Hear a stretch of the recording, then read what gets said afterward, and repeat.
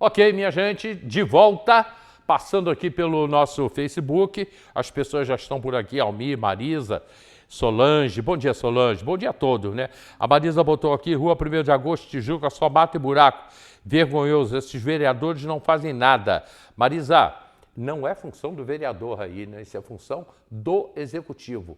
No caso aí, Secretaria de Serviços Públicos, e agora é uma secretaria nova que tem, né? Uma Secretaria de Parques e Jardins. Ela que tem que cuidar disso aí. Marisa, faz uma coisa. Me manda umas imagens para o 2742, imagem ou fotos. 2742-9977. 2742-9977. Manda essas imagens para a gente. Marisa Furtado, lá da Rua 1º de Agosto, na Tijuca. Gente, é o seguinte, daqui a pouco eu entro com as matérias, vou bater papo com o Ricardo, como toda segunda-feira ele vem aqui, e tem alguns assuntos até que são regionais. Tem um assunto aqui que é da região, né? Que é o caso do deputado Glauber Braga, que está sem comer, lá em Brasília, falou que vai fazer um regime, está fazendo um regime, deputado do PSOL. E a gente vai conversar também sobre esse assunto, e en passant, falando sobre política e falando sobre o campo do Teresópolis Futebol Clube. Ok? Tudo isso e muito mais. Bom dia, Ricardo. Bom dia, Hélio. Bom dia a todo mundo aí que nos assiste. Bom, tem esse caso aí do Glauber Braga, né, que tá para sofrer cassação e muita gente não sabe, não se atenta para isso, mas ele é de Friburgo, né? É de Friburgo, filho da ex-prefeita Saudade Braga. Tem uma ligação forte aí com a região serrana. E tá com essa questão de greve de fome, que eu me lembro aí do Garotinho fez isso também. Na época que tinha deixado de ser governador, ele queria ser candidato a presidente, agora eu não me recordo muito bem o motivo, mas ele também fez isso achando que ia conseguir fazer um clamor público em relação a isso, não conseguiu na época, que ainda tinha uma força muito maior do que o Glauber, acredito que ele não vai conseguir também, vai acabar chegando. Sabe que esse negócio de clamor público, essas coisas não funcionam. Glauber Braga é um deputado de Friburgo, é um deputado do PSOL. Aliás, a família dele toda é de esquerda, né? Ele é filho da prefeita, da ex-prefeita de Friburgo, Saudade Braga, que ela é do Rio Grande do Norte, é de Natal, Rio Grande do Norte. Foi morar em Friburgo já há muitos anos, foi prefeita de Friburgo. Eu nem sei se está viva ainda, Saudade. Acho que ela morreu. Eu acho que ela morreu, Tem a impressão que ela morreu. E ele é deputado federal. Só que ele agrediu, né? Ele expulsou uma pessoa de dentro do... Expulsou batendo na pessoa, empurrando. Lá no Congresso. Agredindo de dentro do Congresso. E isso cai no crime de... Fugiu agora o nome. Decoro parlamentar. Decoro parlamentar, né? Decoro, falta de decoro. E aí ele pode ser cassado por isso. E aí ele entrou em greve de fome. Aí é contigo agora explicando. Exatamente, né? Ele entrou em greve de fome para tentar gerar um clamor público aí, né? Um apoio dos deputados de um modo geral, dos deputados federais, que são aqueles que vão de fato decidir se ele vai ser cassado ou não. Eu vejo muita gente botando, Glauber cassado. Não, ele ainda não foi. O que tem realmente é o Conselho de Ética da Câmara, a Comissão de Ética, ela aprovou o relatório pela cassação. Então, basta ir para o plenário manter, né, essa aprovação pelo relatório e está resolvido. E aí você não precisaria nada de um quórum muito maior, seria simplesmente a maioria ali e estaria resolvido. E esse é o grande desespero ali do Glauber em relação a isso, porque ele sabe que ele tem a grande parcela do Congresso que não tem muita afinidade com ele como deputado. Então, a comissão, ele não o afasta, né? Ela não afasta. Ela dá o relatório. O relatório é pela cassação dele. Falta de decoro. Falta de decoro. Mas a decisão final é do plenário. É do plenário. Ele não escapa? Não escapa. Acho muito difícil ele escapar. São quantos deputados na comissão? Na comissão são 19 deputados. Desses 19, 14 foram favoráveis. Não tiveram 15 votos por conta do voto do presidente. O presidente da comissão ele não vota, ele só faz o voto de Minerva. Se chegasse no número de empate, aí ele poderia votar. Fora isso, não. Mas o próprio presidente, a condução que ele fez da comissão, pela aprovação do relatório, tudo isso, provavelmente eles votariam a favor. Então você tem uma maioria muito grande dentro da comissão de ética votando pela cassação dele. E isso meio que se repete dentro do plenário. Não sei de caso algum nesse tipo de situação em que a comissão de ética tenha pedido a cassação, né, tenha feito o relatório pela aprovação da cassação e o plenário tenha mudado o entendimento. Então isso já é muito difícil. E nos bastidores da Câmara você vê muitos deputados que não tinham nenhuma afinidade com ele. Né? Aceitavam porque ele é deputado, mas não tinha essa afinidade para correrem o risco de serem contrários à cassação dele, serem contrários ao relatório e por isso poderem perder votos nos seus eleitores e tudo mais por estarem votando a favor do Glauber. Então acredito que ele realmente vai ser cassado. Eu não vou dizer que seria um prejuízo para a região serrana, porque os caras, pelo menos aqui por Teresópolis, nunca fez nada, né? Nem sei se já teve aqui. Muita gente nem sabe que ele é da região. Pois é, se você sair perguntando, ó, você sabe quem é Glauber Braga? Não sabe nem quem é, né? Não sabe nem quem é. Você vê muita ação dele no Rio de Janeiro, na cidade do Rio de Janeiro, mas para nacionalizar o discurso dele em questão do fato de ser da esquerda, de ser do PSOL e tudo. Ele tenta fazer isso, mas na região você não vê nada de atividade mesmo forte dele, que as pessoas saibam que ele é da região, porque ele fez isso, porque ele fez aquilo, que ele conseguiu emenda para cá, nada disso, isso não se vê. Né? A mãe dele foi prefeita e isso faz com que ele até hoje tenha votos por conta disso. Mas ele em si não tem muita ligação mesmo com a região que o elege, com a cidade em si que o elege, que é Friburgo. Que foi Friburgo, Foi Friburgo ali. Uhum. Então ele pode ser aí, ele vai ser... Eu não acredito que ele escape dessa cassação, né? Também não. E até, assim, até também porque quem entra também é do PSOL, né? Entra outra pessoa do PSOL, entra a suplente do PSOL.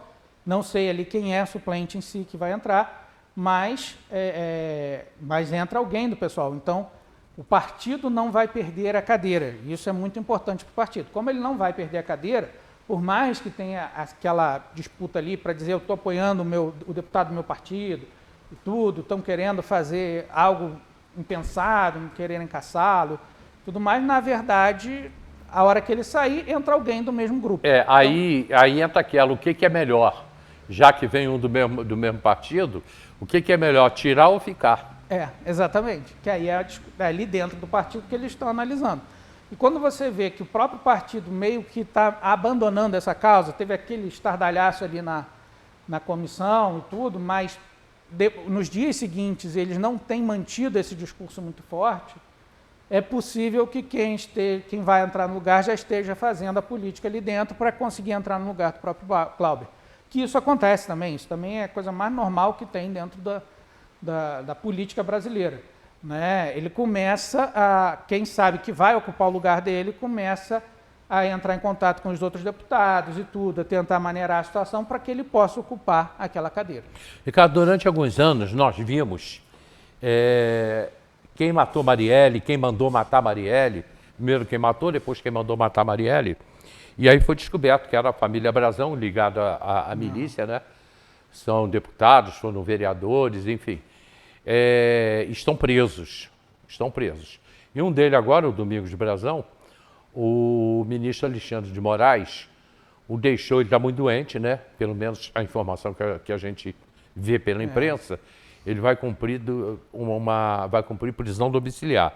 Lembrando que ele não foi julgado ainda, né? Ainda não. Ele ainda não foi julgado. Preventiva, Uhum. E ele vai cumprir prisão domiciliar. Eu achava que quando o fato aconteceu, que o ministro Alexandre de Moraes determinou que ele fosse para a prisão domiciliar, com uso de tornozeleira e tudo, né? O cara não pode sair de casa, mas fica em casa. Que houvesse uma gritaria geral, principalmente de mulheres ligadas aos partidos de esquerda.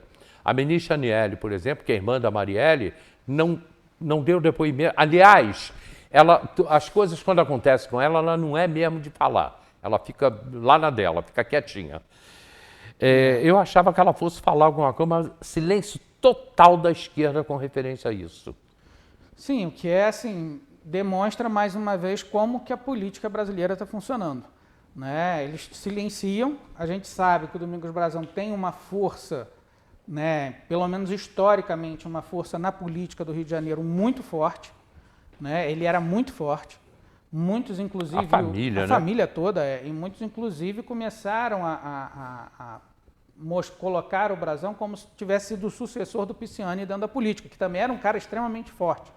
Né? Os filhos ainda estão na política e tudo, mas não tem a força que o Pisciani tinha enquanto estava vivo, enquanto estava como presidente da Assembleia Legislativa, nada disso. E aí acontece essa prisão, ele vai agora para a prisão domiciliar e eles simplesmente não falam nada.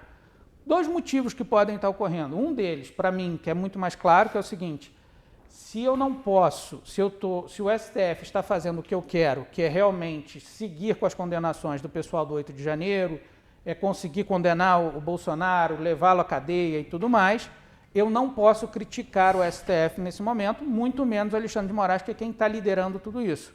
Como a decisão veio do Alexandre de Moraes, eu não vou criticar, eu não vou falar nada, vou deixar quieto, vou deixar a coisa rolar. Porque se eu começo a criticar, e aí é a questão da política em si, se eu começo a criticar muito isso, eu começo a colocar em dúvida as decisões do Alexandre de Moraes. É mais um grupo gigantesco colocando em dúvida. Então a gente não pode colocar em dúvida. Boa leitura, né? Sua. E um segundo ponto, que é essa própria questão da força que o Brasão tem, e que o Brasão ele vem desse grupo, né? O que se buscou muito com a questão da Marielle, que foi um crime absurdo, né? Realmente tem que ser condenado quem cometeu, tudo isso, não tem que se discutir quanto a isso, que acredito que a população, de modo geral, pensa da mesma forma, mas eles usaram isso para atacar o outro lado político, que é a direita. Né? A esquerda usou muito isso para dizer assim, o Bolsonaro está por trás, o pessoal da direita está por trás. Quando se descobre que quem, na verdade, foi o mandante foi o Brasão, e o Brasão vem da esquerda no Rio de Janeiro, o Brasão tem uma forte ligação com a política na esquerda no Rio de Janeiro, essa história começa a sumir. Isso começou até quando descobriram que foi ele o mandante, então esse discurso começou a morrer, até que acabou o discurso da Marielle. De vez em quando, um ou outro acaba falando, mas assim, em termos nacionais, em termos do Estado do Rio, isso morreu politicamente. E aí agora fica demonstrado mais isso. Quando ele vai para a prisão domiciliar e ninguém fala nada. Quem acaba falando é a imprensa, né? A imprensa de modo geral, que acaba dando a notícia, mas também sem aquele rigor. A imprensa deu a notícia, mas sem comentário nenhum. A Globo News, por exemplo, que trabalha fortemente, mas muito forte. Hoje só se vê falar do Trump. O negócio deles agora é falar do Trump. É falar do Trump, né? Trump e Bolsonaro. E do Bolsonaro. Eles trabalham muito forte contra o Trump e contra o Bolsonaro. Mas não tocou nada, pelo menos eu procurei e não consegui ver. Não falou nada, né? Não falou nada. Então, assim, por que isso? Porque, na verdade, há um interesse político diferente. Então, o que eles vão falar do Brasão? Né? O Brasão está ligado à direita? Não está, então eu não vou falar. Né? Além disso, o Brasão, ele realmente era um cara muito forte. E acho muito difícil de não continuar sendo, nos bastidores, não continuar tendo alguma influência. Essa influência está levando ele para a prisão domiciliar, só se deu a notícia e encerrou a história. E assim vai continuar. A gente vai ter uma noção daqui para frente da força política deles, né, da família. É o irmão, se vai continuar ou não preso. Preso ou não, né? Uhum. E quanto tempo vai levar esse julgamento? Sim, exatamente. Que se demorar muito esse julgamento, isso a gente vai saber daqui para frente. Vai saber que a força dele continua muito grande. E eu não tenho dúvidas, tá? Não tenho dúvidas de que que eles ainda têm muita influência. Isso eu não tenho. Claro que não a mesma influência que eles tinham, mas ainda tem uma grande influência dentro da política, principalmente no estado do Rio de Janeiro. Esse tipo de política a gente não tem aqui em Teresópolis. A gente, felizmente não. Pelo menos ainda não tivemos, né? Mas desceu a serra nessa baixada inteira, a gente tem isso, como já tivemos também em Guapi, a família do Posto, que também tinha sérios problemas, eu trabalhei com eles, né? Uma série de problemas que eles tiveram, hoje já acabou, já não tem mais, né? Tem os herdeiros, mas não entraram para a política. Mas aqui em Teresópolis não, aqui em Teresópolis a coisa é mais devagar, a coisa é mais limpa. Mas a gente também tem os nossos problemas políticos, né? E um deles é o desinteresse da população. Exatamente. Isso aí que a gente vem falando sempre é o desinteresse, né? A ponto de você realmente ver que pessoas chegam às campanhas e tudo, as pessoas não entendem muito bem, as pessoas não sabem o que, né, a questão que o vereador tem que fazer, o que o prefeito tem que fazer. As pessoas estão completamente desligadas em relação a isso, né? E a questão, né, para mim, não só em Teresópolis, mas nas cidades do tamanho, do porte de Teresópolis, a tendência tem sido piorar por conta também dessa bipolaridade aí, né, dessa bipolarização que a gente passa a ter no Brasil. Porque aí você passa a ter muitas discussões nacionais, mas pouco o dia a dia nas cidades. E isso é ruim na política. Isso é ruim porque é o prefeito, por exemplo, que ele vai tomar as decisões, é ele quem faz as coisas acontecerem, é ele quem consegue verba ou não, né? Os vereadores é que vão trabalhar por isso, os vereadores é que fiscalizam.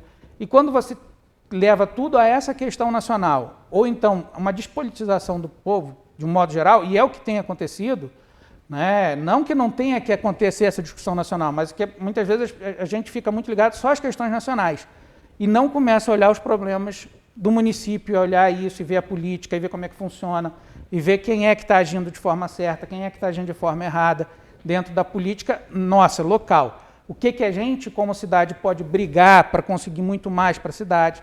E aí o que a gente vê realmente é o resultado de anos que vem acontecendo isso em Teresópolis, a ponto de nós termos uma cidade muito destruída e as pessoas sequer sabem como resolver isso e como buscar para resolver. No caso do Campo Teresópolis, que é uma briga que a gente entrou nisso aqui, Vanderlei já tinha entrado, eu entrei, a gente vai lutar muito para que Teresópolis não perca, para que o município não perca a área do Campo Teresópolis, que aquela área é do município. Né? Tem solução? Existe? Tem como salvar aquilo lá, Ricardo? Existe. Né? Existe, primeiro, porque a finalidade da doação ela é exatamente para questões esportivas. Né? Ela é válida. Ela é válida. Né? Ela tem uma finalidade válida. Isso existe. Agora, precisam se buscar os mecanismos para isso.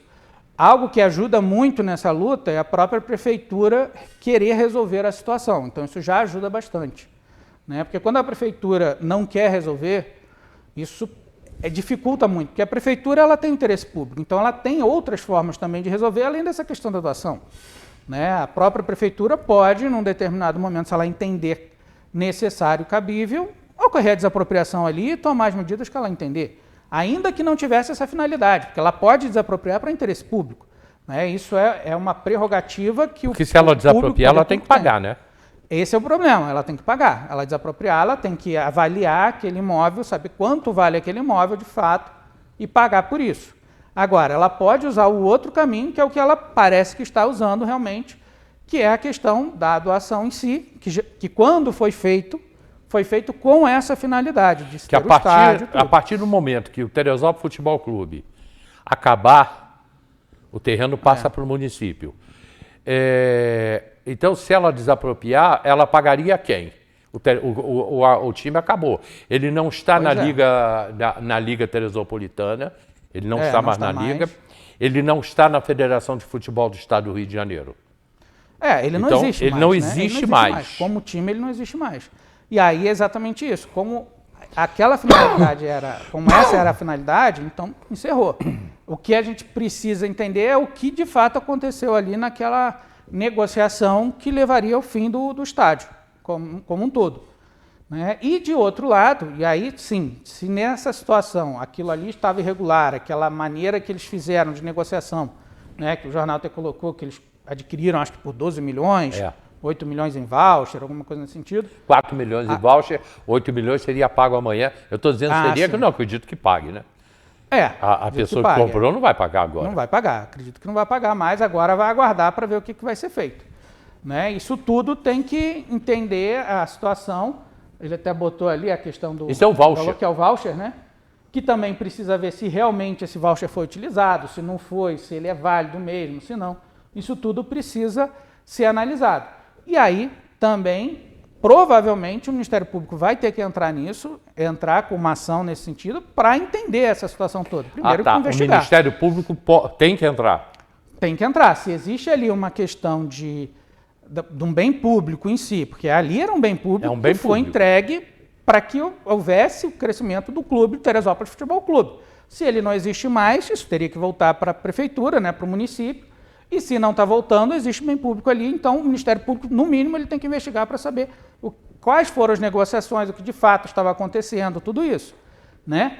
Além disso, o próprio município pode entrar com uma ação nesse sentido, se entender cabível, e ele também pode usar o próprio poder de polícia ali e conseguir a emissão na posse de forma fácil, né? Fácil que eu digo assim, usando os mecanismos legais, o próprio município consegue fazer isso e dar a finalidade adequada. Né? O que me preocupa também é o depois, né? Porque uma situação, o município ele pode resolver isso? Pode. Existem vários caminhos para o município conseguir reaver aquele patrimônio.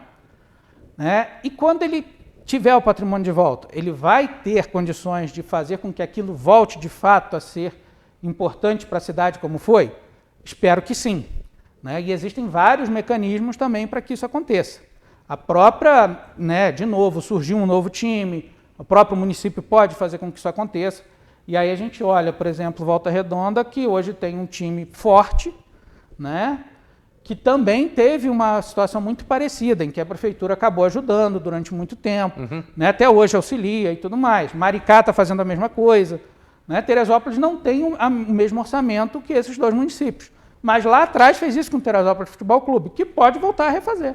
Pode voltar a fazer isso também e criar de novo um time competitivo, mas aí criando mecanismos para que não aconteça como aconteceu com o finado, né, aí Teresópolis Futebol Clube, para que ele volte a ser competitivo e tenha sempre um contrato bem elaborado para impedir que situações como essa voltem a acontecer. Lembrando que o prefeito hoje é Leonardo Vasconcelos, mas todos os que passaram, que antecederam, que foram antes de Leonardo Vasconcelos, poderiam ter resolvido essa situação e não fizeram.